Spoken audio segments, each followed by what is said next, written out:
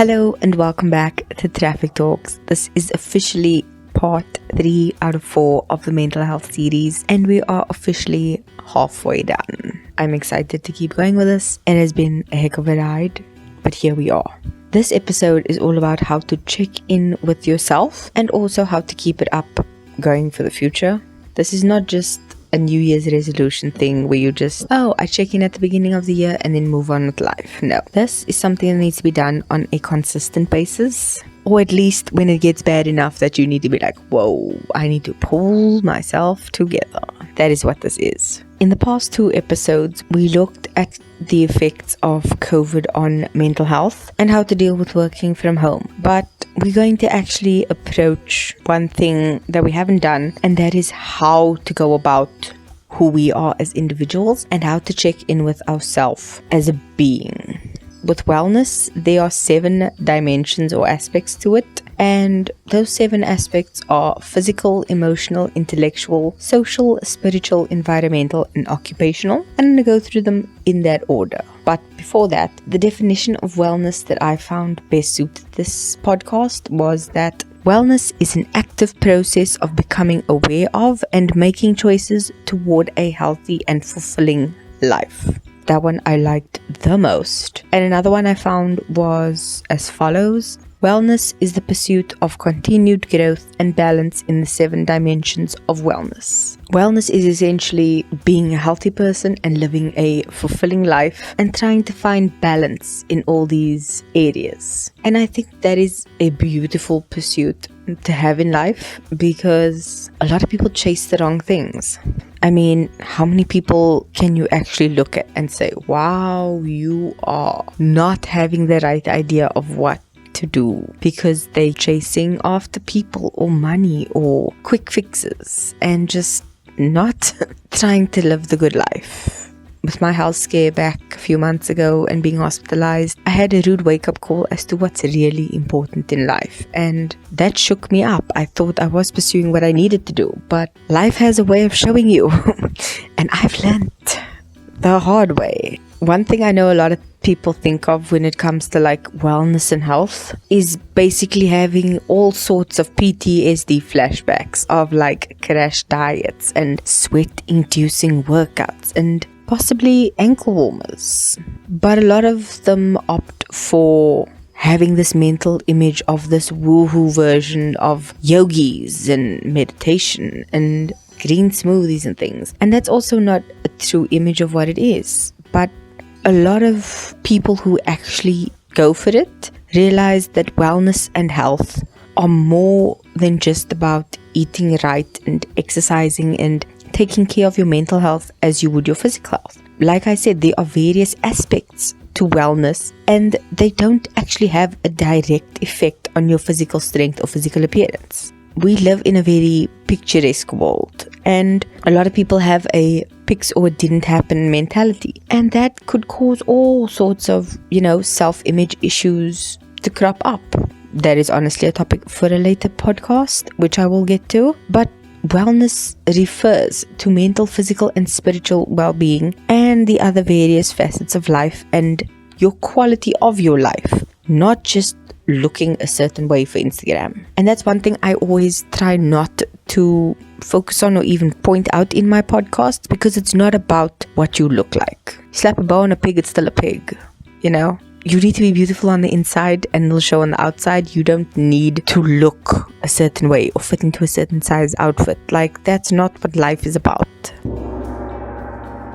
As I said, there are 7 aspects and they all kind of interlace and overlap and interweave with one another. So a lot of them actually end up being more prominent than others. However, if one of them is neglected, the overall thing just falls apart. So it is important to maybe focus on one thing at a time and build them up as you go along, but never completely neglect one entire aspect or focus too much on another.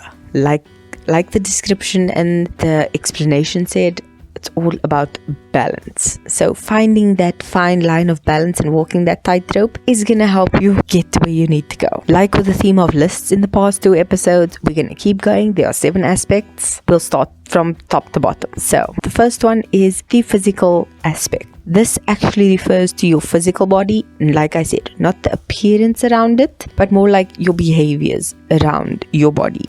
Things like exercise, eating well. Do you drink? Do you occasionally do drugs? Do you smoke? All those physical aspects of your body and your health. And also the physical checks that you need to do. Are you going to a doctor regularly? If you're feeling ill, do you take time off to rest and recover? Are you making sure you're not putting yourself in harm's way on purpose? Are you making sure you aren't intentionally getting hurt? I mean, taking proactive steps to a healthy lifestyle is an investment in your future. I would know how quickly things can go sideways. Like I said, I've ended up in hospital. Things can get real ugly real fast, and taking care of your health is very important. I've had to make a lot of changes to my life, and it has had profound effects in other aspects, which is why it's generally important to take care of your physical health. And that is done by eating the right foods, taking vitamins, exercising, all those things that we know we should do but we don't, and having alcohol cut off and cigarettes banned and all sorts of things did impact a lot of people. But even if it was a small change to you as a person, it could make a huge difference in the long run. So I did speak about habits and routines, and I know you're sick of it, and I'm sorry, but here we go again. Changing your habits and working on your routines. I did an entire podcast on it. Go listen to that if you need the help. But making small steps can do a lot for you, even if you maybe prep crunchies or snacks or something like that on a weekend. Store it in a container and have it ready and available for you during the week so that you don't go grab a chocolate or something unhealthy. Can be that small change you need, and it could actually snowball into something much bigger and better. So you start this week by prepping snacks, and then next week you prep better snacks, and then maybe you start meal prepping certain foods. For example, you start prepping make ahead breakfasts that you can just reheat.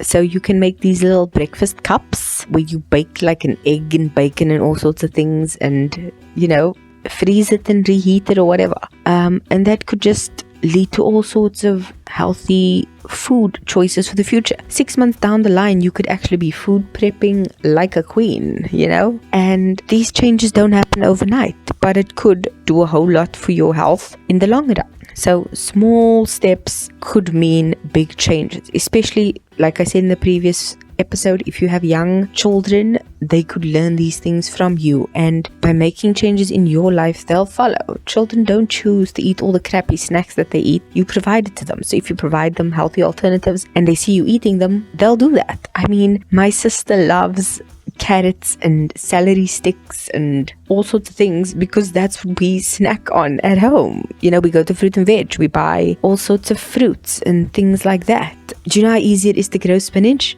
We haven't had to buy spinach for literal months, because every time we need spinach, we literally just go cut a few leaves off from the garden and cook with it. It's the best thing ever. I will honestly remember to take pictures of it for you for my Instagram, just to show you that is what we do. So it's small changes that can mean long-term benefits, not only for you but for your next generation as well. Same thing with exercise. Don't start out by running a 5K. Start by just walking around the block. Take a longer walk every time. Start by stretching slowly. That's how you build up your flexibility. Start off slow and you'll build up to it. You don't have to eat the elephant in one bite. Small bites will get you there. Even if it comes to things like alcohol and going out with your friends, now that we have had certain rules lifted, maybe having a glass of water in between every second or third beer would just mean cutting down on so many calories that come from that, and maybe not being as hungover the next day.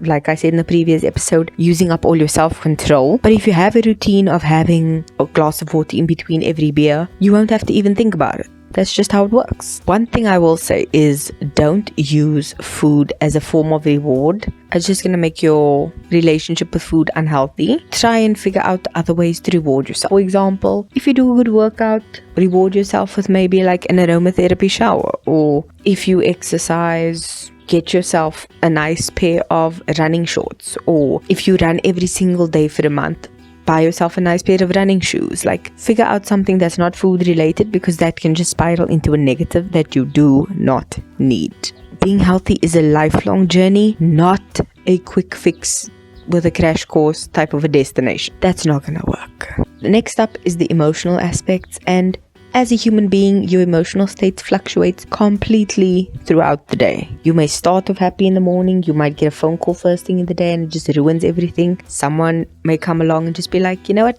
this happened, and you'll be happy again. So it's a constant emotional roller coaster. Having these emotions is honestly not a bad thing, and expressing your emotions is also a good thing, but it's how you express your emotions that is actually very important. It should be done in a respectful manner and never in an outburst or explosive kind of a way, because it can actually do much more harm than good. I mean, shouting at a child because you've had a bad phone call or client is not going to be good for you or the child. A better option would be to be like, I'm not good, I just need to step out for a moment, I'll be back in a second, and then you can talk to me. Is that okay? And then move on and come back to it. But just take a breath, calm yourself, and try and not have that kind of an outburst, because it can definitely lead to way more damage than good.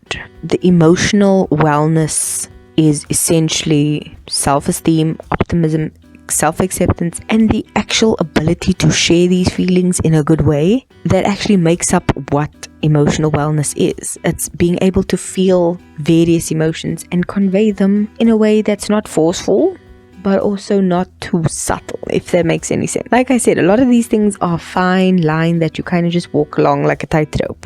One way to actually wrap up emotional wellness is the ability to look inwards and explore, and taking your time to do so. Journaling is a way to do it. Finding all sorts of introspective lists where you can ask yourself things and figure out who you are inside is definitely something that can help you and your emotional well-being. A lot of times when you think things through or do introspection, you can actually figure out things you didn't know were triggering you. And that is actually something very powerful, because if you can find out what is triggering you, you can maybe even get rid of that trigger or learn to accept it and not have it impact you as harshly as it used to. Especially having someone to talk through these issues with, like a therapist or a trusted friend or someone, if you don't like doing therapy, or even just a journal where you get through it, that is going to be brilliant for you, because having a sounding board is going to help you come to terms with these things much easier.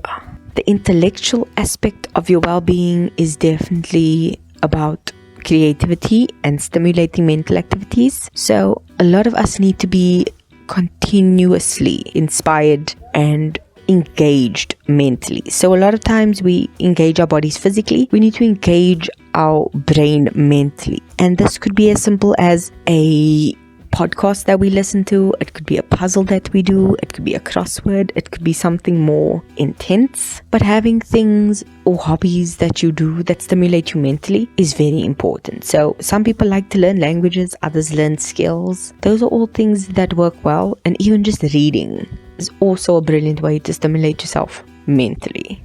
The social aspect, as we've all learned through this COVID, is about how we interconnect with others. So this could be figuring out how to communicate with others socially, in a physical environment, or over the phone, especially when it comes to partners. And by that I mean someone who's a romantic partner, someone who is a life partner, someone who is even just a co-worker and working with you through something. It can be very easy to overstep social boundaries, so taking into account the different ways in which we need to be communicating. For example, when it comes to work, you can't be bothering someone out of work hours for personal problems. That's not fair. And having certain circles that you rely on is also a very good idea. Family and friends for closer things, and work things for work people. That's generally how a lot of people keep the things separate. But a lot of times, if you do know people long enough, you can start to blur lines. Take that into account when it comes to social things. And especially keeping contact with others. I know I struggle with this. Keeping contact is very important for your social well-being. Some people thrive, especially extroverts, thrive on constant communication. Others, not so much. So for me, I tend to forget to communicate with others because that's just how I am as a person. I tend to get caught up in my head a lot. It's my Pisces nature. So every once in a while, I'll be like, I just hit up someone and I'm like, I miss you. Like, I haven't spoken to you in forever. I miss you so much right now. And that's a crappy thing for me to do. But a lot of my friends understand it. So I'm extremely grateful for that. Another part of social well-being is actually your community and doing things for your community. I do know recently my mom and this guy actually struggled to pull some money together to even just buy a bread. He had change in his hand and he was counting it out and he didn't even have enough money to buy a bread and a drink. And you could see he was struggling and he asked people and no one even gave him the time of day. I was just like, Mommy, this guy needs help. Like, I'm gonna help him. And she's just like, okay, do it. And I said, like, just wait by the till. I'll be there in a sec. We got to the front of the line. I was like, put your stuff through. And I literally paid for he'd literally bought a bread and a drink and he didn't even have enough money for that. I paid for it. He went on his way and we literally saw him eating dry bread and drinking his drink. My mom was like, oh my word. Life is hard enough with all these things that we go through, and being able to help one person in a small way that we did was something that we could say, we helped someone today, we did something good. Hopefully someone else will do the same. So many people actually just walked on, and this is the thing. Like, I'm saying it in this podcast. I'm anonymous on this podcast. It's not going to be blown up all over social media. That's one thing about having the social aspect to look at, is actually going to bring forth doing good for others in your community. And it could be as small as helping one person. It could be as big as helping many people in a community. But helping others is part of social aspect and giving back and to others in whatever way you do. Some people donate to charity, other people's volunteer their time. Whatever it is, it's up to you, but do something good for others. One thing I will say is I don't like when people put it on social media. A lot of the time in South Africa, we have 67 minutes for Madiba, which is a thing done every year for his birthday, where you do something good for 67 minutes. But everyone is on social media about it, which I hate. You do something because you want to help someone, not because you want to get Instagram likes and things like that. And that's just my opinion. But helping others is always a good thing, even if it does end up being someone's Instagram feed for 3 days. Like, that's your thing. But just do it with good intentions and you'll be fine. This actually leads me to the next one, which is the spiritual aspect. It's your beliefs, your principles, your values, your hope, or even just your faith. It's how you look for meaning in life, whether it's a higher purpose or a higher self or none at all. It's up to you. But it's how you believe and how you find your inner harmony between what you believe inside yourself and what actually happens outside, and not having that clash, but find a way to rather bring a balance between the two. And that can be very difficult. One way could actually be to explore yourself in a spiritual sense, and this does not even have to be like a religious belief. Like I said, you could do introspection and meditate and figure out who you are inside. If that's someone who believes in religion, cool. If it's not,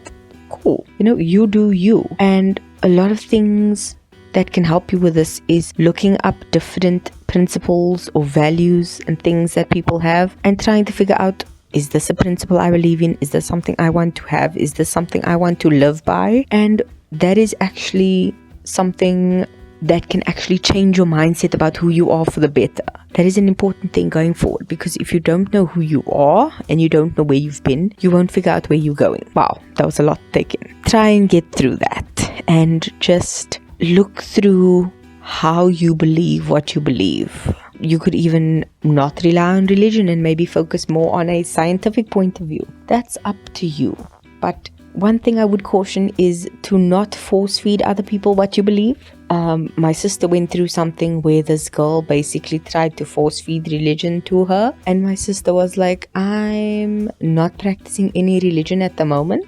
So thank you, but no thank you. And this girl badgered her the entire lunch break, and she was so upset by the time she came home. Don't force feed people your religious beliefs, whether they are something that you believe completely or even not at all. That's your thing. The next aspect is your environmental one. So at the beginning, we talked about your physical body, and this environmental aspect is related to your physical environment. This one is looking at the state of the earth and the effects of our daily lives and habits on the planet as a whole, as well as our physical environment. I mean, we had fires in Australia at the beginning of 2020, the COVID spread, the planes that were grounded caused so much damage reversal in terms of the globe that certain animals actually started returning to environments they hadn't been to in hundreds of years. The carbon footprint dropped dramatically because of different lockdowns in different countries, because people weren't allowed to use cars for traveling to work back and forth, which is a lot of emissions. And a lot of governments have actually, before this lockdown and things, started putting up certain laws regarding plastic and water wasting and renewable resource development and things. So this is about as much as our physical environment and doing things in our homes to make things more green, but also on a global scale. What are we doing as individuals to reduce our carbon footprint, our waste, our damage to the environment? All sorts of things. I mean, even something as simple as picking up your litter could be good for the environment. And that is something that we all need to look at. I mean, we went through a drought a few years ago, and there are still water-saving hacks that I use to this day. My mother's been saving water since before there even was a drought.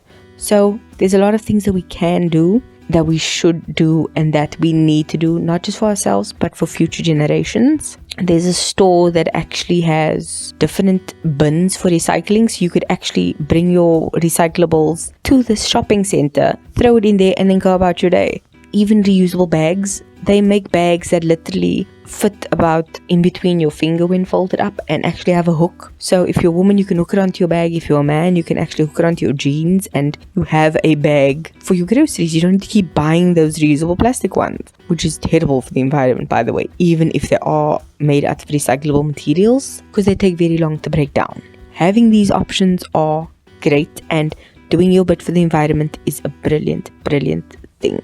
Last on this list is the occupational aspect, or another way of describing it is vocational wellness. So this is all about using your gifts, your talents, and your skills in order to find your purpose in life, in order to make yourself happy, in order to enrich your life. A lot of people find their talents and things when they're young and do it. A lot of times you'll see this with famous stars or athletes or things like that, who started out really young and then pursued that all their life, and it's their talent, it's something that they love to do, and they end up doing it until they're very old. And even when they're done with their career in the spotlight, they still continue to maybe coach or mentor in that same field, and that's just their way of doing their things. And a lot of people don't find their talent until much later in life. For example, Susan Boyle was 40 years old or something like that, maybe older, when she sung on America's Got Talent with her singing voice and made it big. It's about you figuring out what will bring you happiness and what your talents and gifts and skills are, and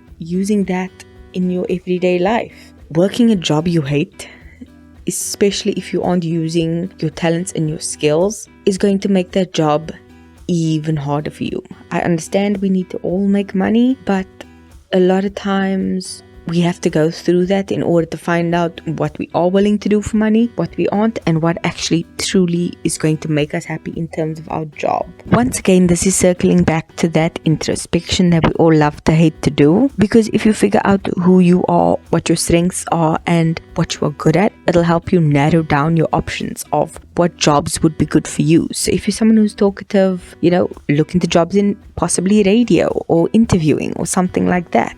Or even if you like being talkative but you also are very camera shy, maybe you can do script work but still have that kind of social aspect to it. Find out what works for you and explore different options. What you think might be the job for you might not, and having experienced it and can say for sure, like, I thought I'd like this, I tried it, I didn't, moving on to the next thing, is better than always wondering what if. create a vision for yourself, go down different paths and see what works, what doesn't, because you might just end up in an even better place because of trying things and they didn't work out. So you'll never know.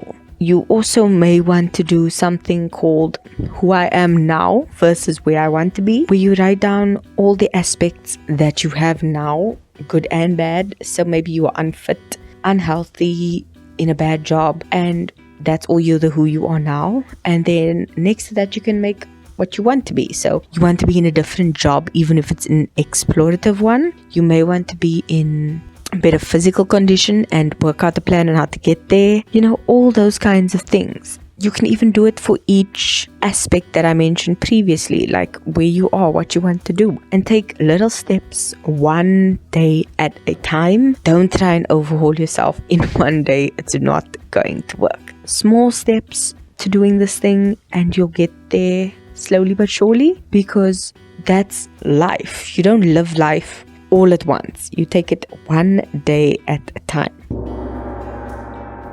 That is it for this one. Maybe you might want to even set a monthly check-in where you do this, because that's definitely gonna help you. Or even the 12-week year is a good book that you can look into, where you split up goals and things into 12 weeks at a time and have like a weekly check-in or a monthly check-in. That's always a good idea. That's it for this one. Next one will be the final part. So I will see you guys then. Love you. Bye.